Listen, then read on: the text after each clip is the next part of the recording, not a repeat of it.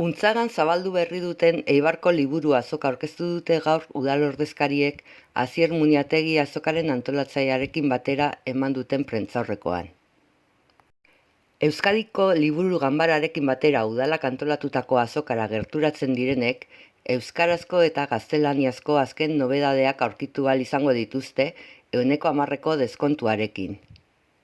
Eta zentzu horretan, azken urteetan, gorantza egin daue irakurle zaretasun horrek, eta gu irakurle kopurua 78,4 dela esan behar.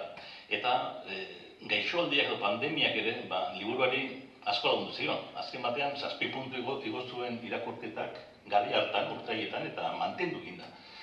Bai, gure produzio aldetik, estatu mailan 82.000 urtero, 82.000 eta piku liburu barri plazatzen dira. Euskal Erkidegoan bakarrik 3.500 liburu, aitatik garriak, 49 euskarazkoa ditugu. Esan behar da, sormena handia daukagula, eta gero publikoak erantzun behar diola. Zentzu horretan, bai instituzioen aldetik eta jenten aldetik, nik uste dut liburuarekiko zaletasun handia dagoela eta postu handia dagoela. Eta zentzu horretan, nik beti positibo eta optimista naiz ezan.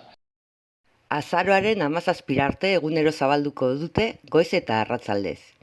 Astelehenetik Barizakura bitzartean, 11:30 1:30 eta 5:30 8:30.